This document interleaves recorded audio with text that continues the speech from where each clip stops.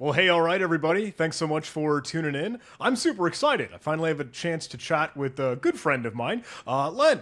And hey, just for a little bit of background context, we met some time ago at the B-Sides in Cayman Islands, which was phenomenal and fantastic. But it sounds like, Len, you've been up to some sweet stuff, kind of, hey, working in the background to put together a new book. Is that right? That is correct. Would love to learn, hey, what your life has been like these couple of weeks, months, I don't know, a year really, and then what the book is all about, how you're feeling, what's good, bad, and ugly in that whole process. But I'll let you take it away. If you can give some context and background, let's get this party started. Awesome, man. First of all, thank you very much for having me on. Yeah, it was great seeing you in the Caymans. There's nothing like, hanging out with good friends on the islands, got some nice tropical drinks with some umbrellas in them. But no, man, I've got the opportunity to produce my first book. It's actually part autobiographical and it's part science fiction, science fact. What I did was I believe you've seen some of my previous works around biohacking and transhumanism. Well, I took a lot of that concepts that I did originally in terms of showing that there are augmented humans with technology in our bodies. And rather than just doing it as a presentation, I kind of took it and, well, I had to kind of tell a story with it. Because, I mean, John, you're one of the more, known cybersecurity figures on social media. But you just don't really seem like the type of guy that would wake up tomorrow and just go, you know what? Today seems like a good day to start shoving microchips in my hands. You kind of got to build up to this. It's a progression. So it starts, with my first hacks around Commodore 64s, my first network hacks on isolated token ring networks. And what really kind of pushed me into an early life of crime and cybercrime. I spent most of my life in my early years doing, we'll just call them black hatty kind of, things. And it was honestly, at one point, I was a 1% nomad for we'll just say kind of like a Sons of Anarchy kind of a group. And I was actually a system architect for one of the largest payroll and human resource companies in the world. Wow. I never quite understood how I could ride my motorcycle to work, hang my leathers with my patches on it in my cubicle in Cubeland, and they never kind of really realized that I may have been a security threat.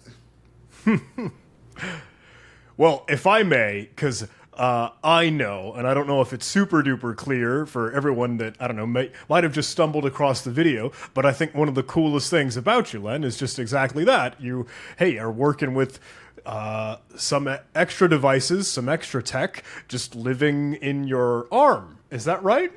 Both arms. Okay. I am currently up to 10 microchip implants in my arms from my elbows to my fingertips. I have the ability to directly interface to NFC, RFID. I have a biosensing magnet in my pinky, which, aside from giving me an additional sense, it does make for some really cool bar tricks. At one point, I actually had a credit card in the top of my hand, and, that's the big guy right there. Oh, boy. At one point I could literally just walk up and tap to pay with my hand, but unfortunately the credit card company that was backing that has recently gone out of business. So now, just like any other, walking, talking, computer, biological thing, I have new real estate in the top of my hand. So I'm going to have that removed and a different one put in. Well, I got to be honest. I wonder, and part of me is always tend to think, would you be willing to help sort of demystify that and destigmatize it? Because I don't know if anyone's going to be saying like, what the heck? This guy's a cyborg. This guy's a robot. Can you help? I don't know. Absolutely. Level set here. And that's a lot of what I've done in the book. Is the truth is, anybody that's using technology to enhance the human condition would be considered a transhuman. And the earliest recorded kind of instance of this would be the first time some prehistoric person used a branch as a crutch. Anybody that's got a continuous glucose meter and dealing with diabetes, STEM pain management systems, these are all considered transhumanism. The only difference is it didn't come with the fanfare and the science fiction-y kind of Borg look that we would expect, based on, science fiction, Star Wars, Star Trek. But I can literally directly interface to the technologies that are in our cell phones, and I have about 2 or 3 implants that are basically set for use against physical security. Wow. I can directly interface to almost 350 types of protocols for physical access: HID, Pyramid, Indala, Prox. And one of the things that makes these types of devices even more dangerous from a security perspective is because they're inside of my body. Laws like in the US, like HIPAA and GDPR in Europe, makes these medical, at which point I have all of the laws for personal privacy around medical information that are actually protecting me as opposed to the organizations that are trying to demand the security. I remember while we were at the B-Sides event in the Cayman Islands, I think a question that was kind of raised in the back of the room was like, "Hey, how do you get through TSA? What does flying look like?" And I know, I'm sure you get these all the time, but I hope that's all right for me to just kind of keep questioning. And then I'd love to learn, okay, what's the rest of the book like, where you're discussing, do you become a security vulnerability, and are you hackable, etc.? Absolutely. All of it. In terms of the airports, that's one of the two. In the back of the book, I actually put my own FAQ, which is really kind of funny. The airport is honestly the number one frequently asked question I get. How do you get through airports? And the simple answer is left foot, right foot, left foot, right foot, and I would just walk right through. Oh yeah. Those LiDAR scanners that we see at all major airports, those are not X-rays, despite what everybody wants to believe. Those are considered body scanners. So they're only looking between the skin and what's outside of it, and between the skin and the clothing. They're not looking inside. And one of the things that I discovered recently through my own medical, I had to become even more transhuman-y, robotically cyborg back in February, where I actually had to have a full left knee replacement done. Oh, wow. And one of the things I learned after that procedure was, I'm sure you know somebody that's had some type of medical implant, a hip replacement, shoulder replacement, something of those natures. The medical card that the doctors give you for dealing with the airports and TSA is completely useless, 100% useless. The process that the TSA agents have to go through is exactly the same whether you have that card or not. And that card can actually be downloaded from the TSA's website. All it does is just give them a heads up that says, hey, there's going to be some type of metal in the body, put them through the full body scanner, don't go through the metal detector. But I have flown over 200,000 miles. I have never been stopped once. And back to my previous statement, even if they stop me, all I have to do is say it's medical.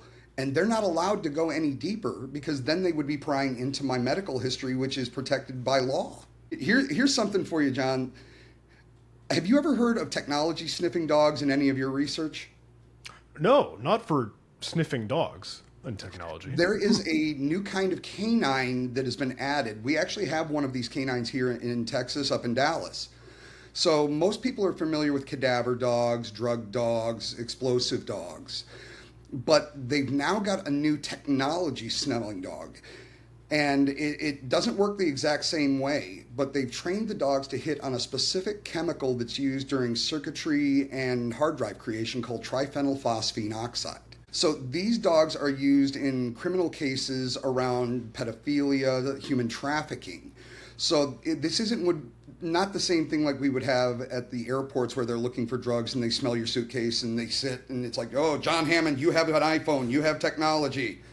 This would be more like in the case where somebody is arrested, and then after they've been arrested, a search warrant for their property can be obtained, and they'll use these canines to find USB thumb drives, external hard drives that may contain illicit files.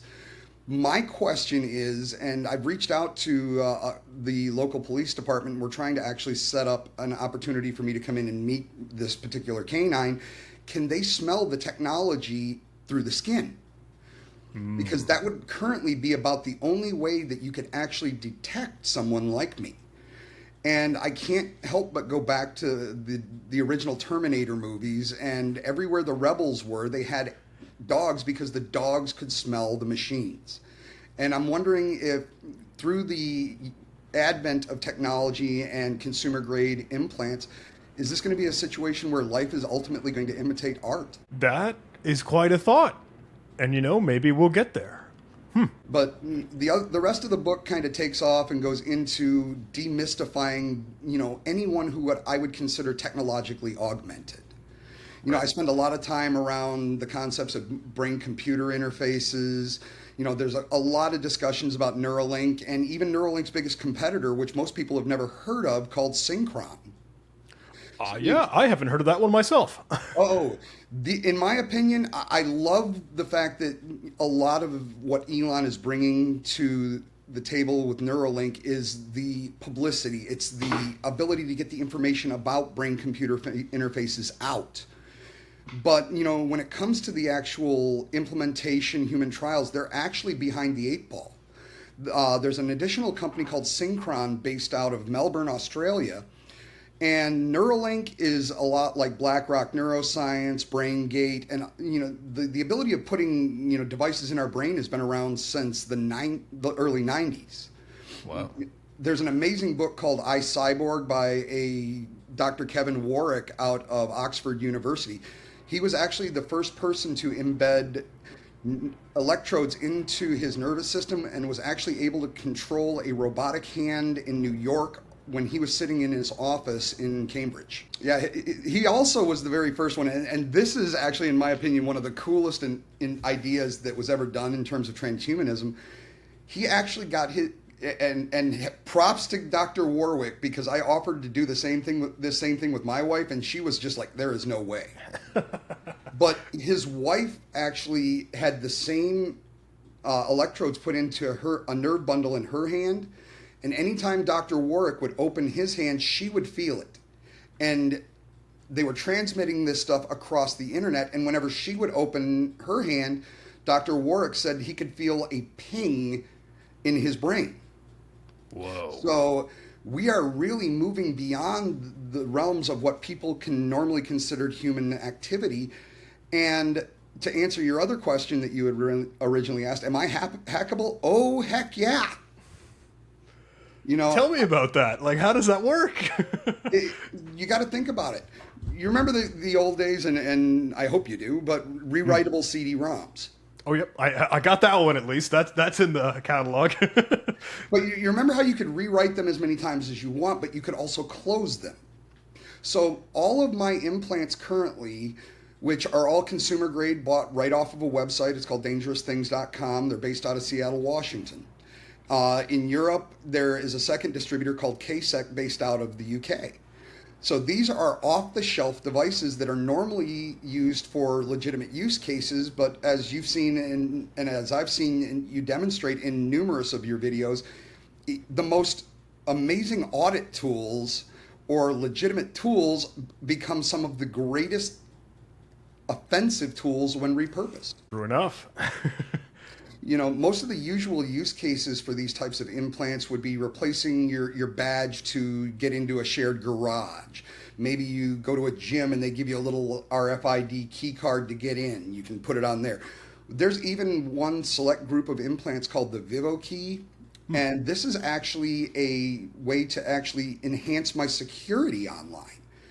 It's actually listed as what is called a cryptobionic chip, and it actually has AES encryption on it. So I can actually use this implant as part of an authentication routine. They recently released a new version. It's called the Vivo Key Apex. And this actually allows me to do all of my OTPs through an implant. So rather than just using, say, Authenticator, and you just, I got a thumbprint, and there's your OTP code, I have to scan the implant just to get access the OTP.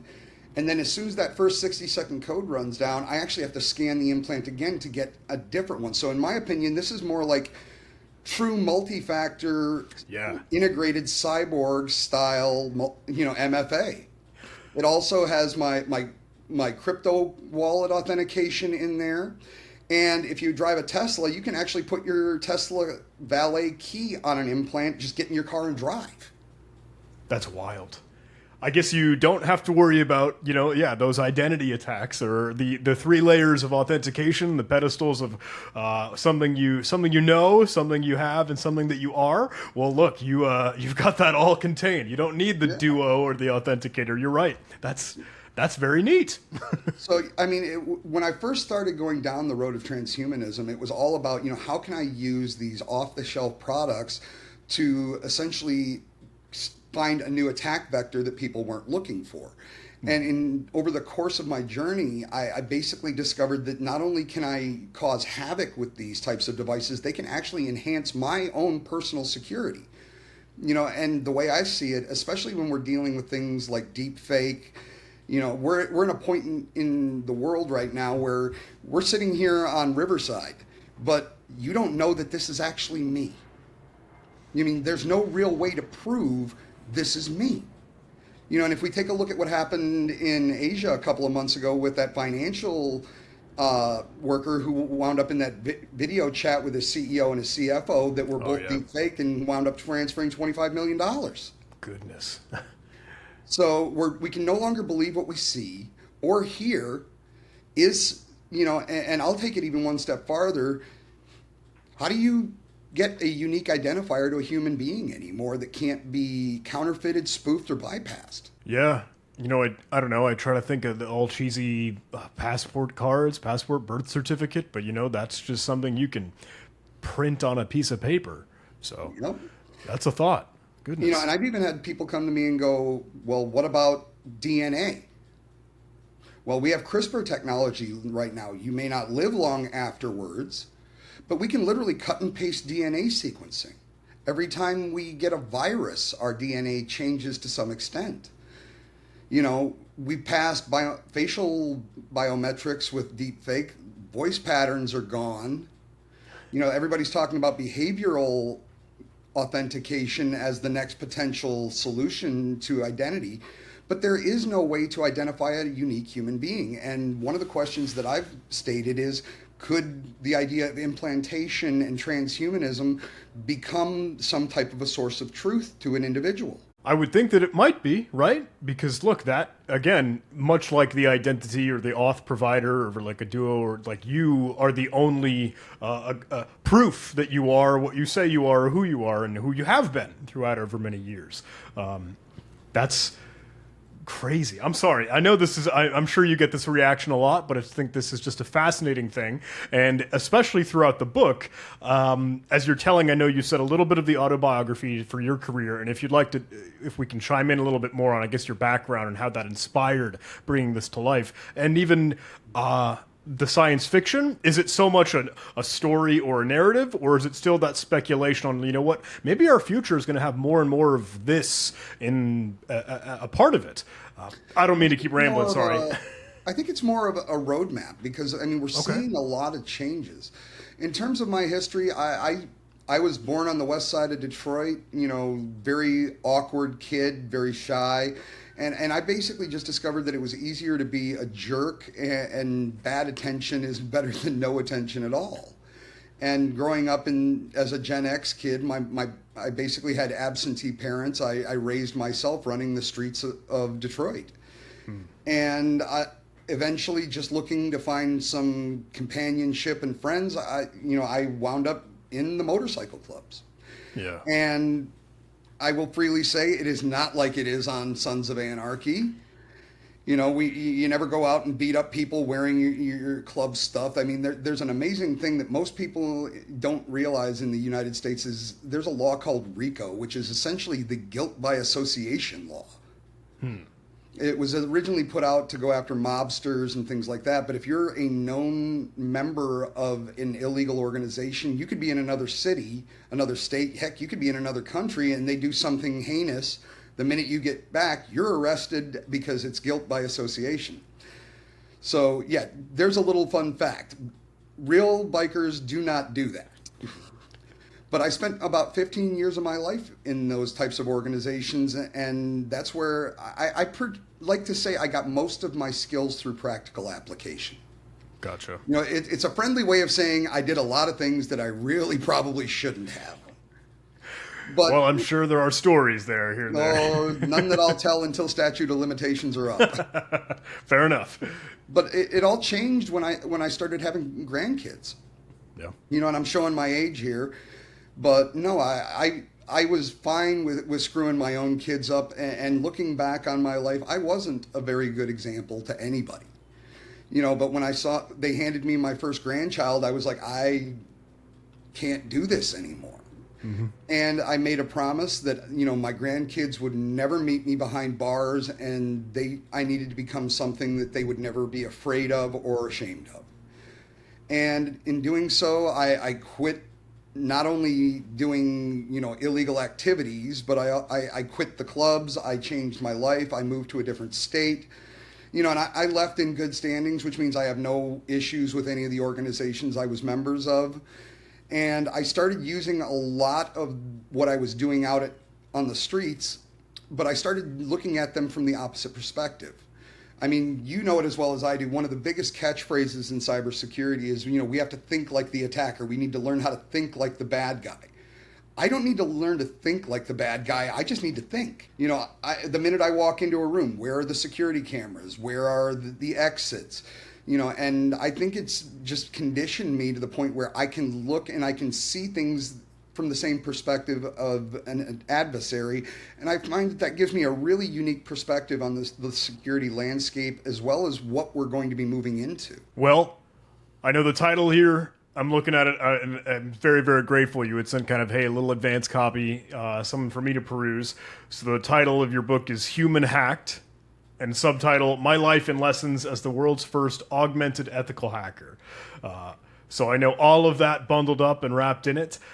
What was a little bit more of either that process, good, bad, and ugly as you were going through it? And then if I may, what's sort of the mission? What's sort of your goal? Is this a call to action? Like, hey, should we have more transhuman folks?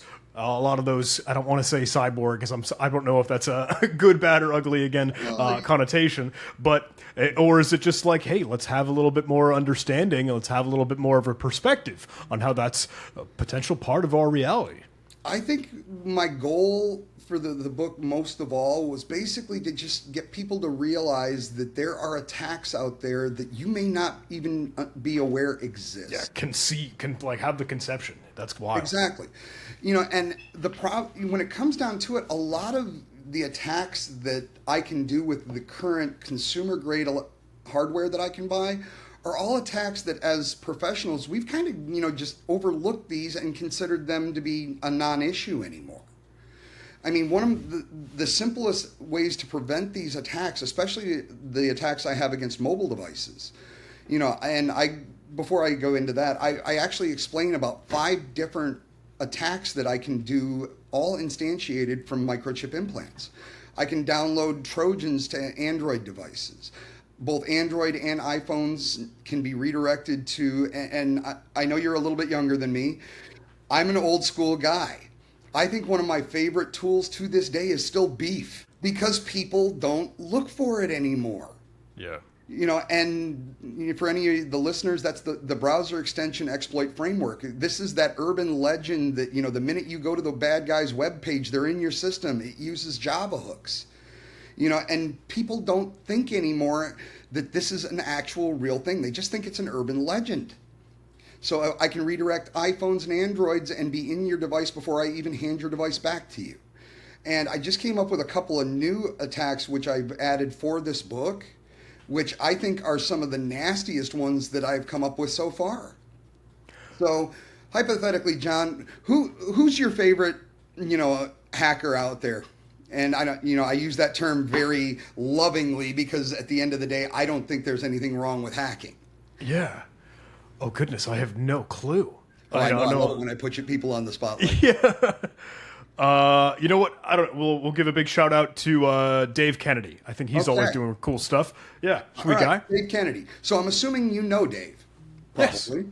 He gives me a big bear hug when we see him at conferences, and I get like crushed. So let's say Dave is actually my target. If I found that some of the newer NFC tag capabilities are for a predetermined email and an SMS. So I've come up with an entirely new way to fish and smish people that is undetectable. So it's not the same way we would normally do it, where I would have to kind of create some kind of a, John.Hammond.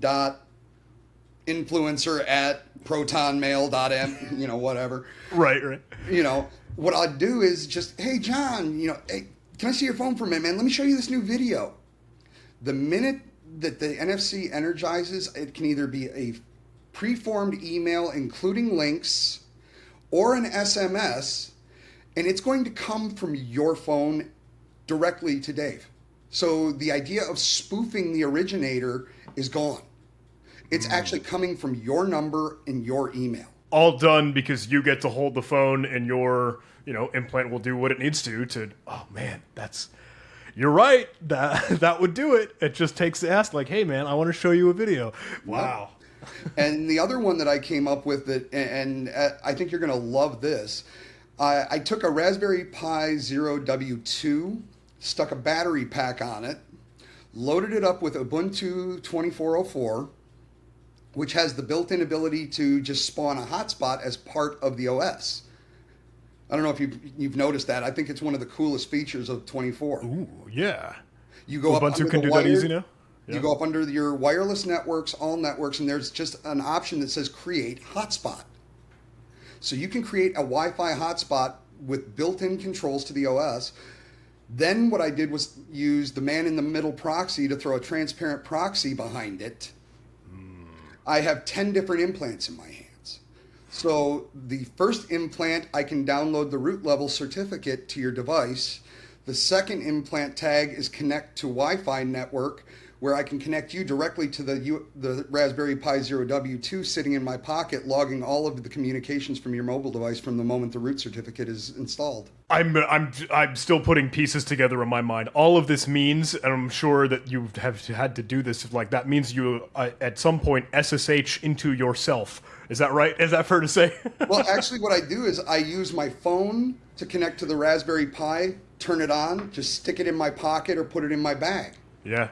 Hey, okay. John, again, got this great new video of me, an interview I did. Let me see your phone for a second. I hold it in this hand. It prompts me to download the root level certificate, the root certificate to the proxy that I've got set up as a URL redirection. Mm-hmm. Oh man, hang on. I'm trying to remember the address. Switch it to this hand, which uses the NFC tag of connect to Wi-Fi hotspot, which is already configured with the password and everything, the SSID, and then from there, the Raspberry Pi Zero 2 is actually getting its actual connection through my cell phone through sharing on my mobile. Wow. So I hand you back the device. It's already connected to my proxy, and you can watch my interview, but then anything you do from that point until you get out of range is coming across my transparent proxy in clear text. Man. Some people have to be scared to hang out with you. Is that right? I know you're a danger. Off around me. I don't know why. I keep telling them I need rules of engagement and that my lawyers have to get involved. I've spent some time in those state-funded vacations, and I got to tell you, dude, the amenities suck. The beds are terrible. The food's not mediocre. There's no swimming pool. Wow, that's wild. You are blowing my mind, I will say. And honestly, it's not just digital. I think one of the most influencing attacks that I've shown with these is actually against physical security. Your badge to get into your office. Let's say your badge gets you into a data center. If I can skim that badge and write it down to one of my implants, I can bypass your physical security with 0 IOCs. And not only that, if you catch me, which I'm assuming you're going to catch me, I'm not exactly inconspicuous looking. If we walk through what's going to happen, operations will take me to their office. They'll call the police. All I have to do at that point is play stupid. Why were you in there? Well, the door was open. I've seen those racks of computers on commercials for services on TV. I thought it was cool. Yeah. So the police are going to come. They're going to search me. They're not going to find a clone card. They're not going to find a Proxmark or any type of replay tool. They're going to have me empty my pockets. I may not even have my cell phone on me. Yeah. So at that Keeping point, it the nothing. worst that they can do is trespass me. But keep in mind, if you're dealing with IoT, IoT usually works over NFC or Zigbee or Z-Wave. I have the potential to directly interface with that inside your data center, and you wouldn't even know. Wow. And one of the things that has been asked quite a few times is there any white papers or DFIRs that show this as a valid attack vector? Because the truth is, one of the questions I get asked all the time is, how prevalent are attacks like these? Is it something that we need to worry about in the actual wild? And the truth is, we will never know. I mean, you can go check your logs. You may find, an NFC trigger, but there's no way to tie that directly to an implanted device. It could have been a wearable. It could have been a cell phone. It could have been another card. So the idea that you can tie any type of attack that has either happened in the past or currently happening directly to a subdermal implant is impossible. But I can tell you for a fact that I know of at least 3 to 5 red teamers that are using these types of implants in active engagements. So if we're seeing it in pen testing companies, the idea that bad actors are using the same type of tools, techniques, and procedures is not unrealistic. Well, goodness. So I would think you've already been blowing my mind this whole time while we're chatting. Human Hacked in your book is just this tenfold, more ideas, more stories, more things to consider. Can I ask, how can folks maybe get a hold of it? How can folks dig in? What's Absolutely. next? What are the next steps? We are available for pre-order right now on Barnes & Noble, Amazon, and pretty much anywhere books are sold. One last thing that I kind of wanted to Please, throw at you. absolutely. More, anything. We talk about this utopian future. And if you're not familiar with it, there's a group out there called, and I got to be careful because this is not Project 2025. Okay? This is Project 2040. If you've never heard of this, this is a group of individuals within the scientific community that have basically stated that by the time we get to 2045, we will be able to download our consciousness into some form of digital media that can live as an extension exclusive from the human body. So if we just look at that timeline, we're not that far off. But one of the key points that I would love to get this out to your subscribers is, let's talk about this for just a quick second from a moral and ethical perspective. So when we talk about brain-computer interfaces and this utopian future where, John Hammond can actually download, his brain into a computer and be doing amazing podcasts for the next 300 years. In order to get there, we have to move beyond the fact that right now, all of these types of devices are only meant for the most damaged among us as far as physical conditions. Neuralink, Synchron, BrainGate, all of these, even the smart prosthetics that they're using in terms of, I don't know if you saw, but there was a really cool article that they're saying that wheelchairs may be a thing of the past by 2030. And being replaced by exoskeletons with implants into nerve bundles that will allow quadriplegics and paralyzed people to actually walk. And if you'd like, I'll send you the article when we're done here. But when we look at it from the actual medical laws and ethics, the only people that would get these types of devices would be people that were quadriplegic, shut-ins, people with, severe physical and neurological damage. So in order for your Elon Musks and your Jeff Bezoses and your Bill Gates to become the cyber immortals, we need to move past the idea that, putting something in the brain is not considered cosmetic. This is not plastic surgery. These are surgeries that have the potential for severe complications. Yeah.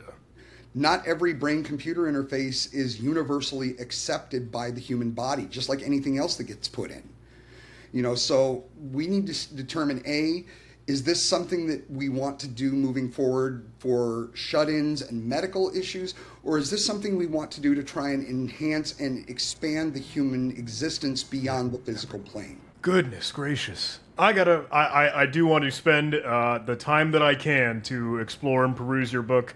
I think these are wild thoughts and good things to consider, because you're right. It's not too far off.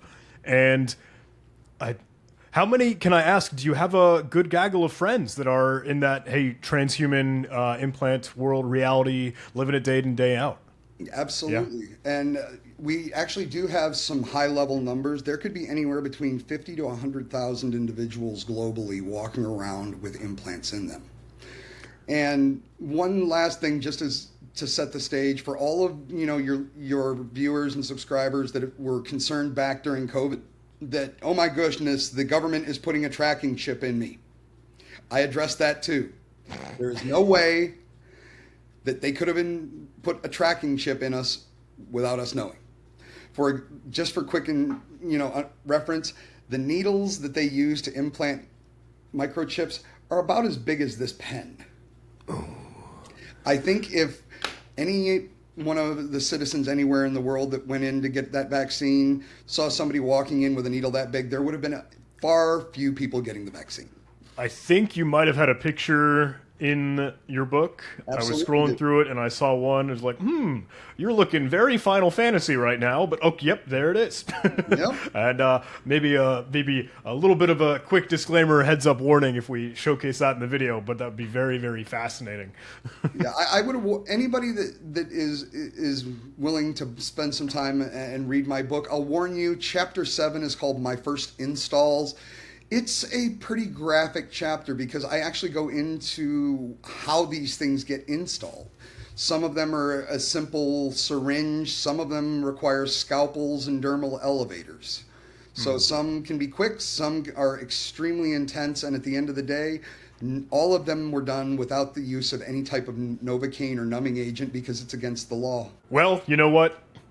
This is crazy. It's an incredible, incredible story. Kudos to you for, being willing to do it, being willing to, hey, be and lead this life as an example and to help think on what's the future going to look like. And thanks for sharing that all with us. I really appreciate you having me on, John.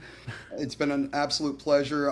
And I just wanted to tell you, I've been watching your channel for a very long time. So long-time viewer, first-time guest, thank you so much for the opportunity to come on and have a conversation with you.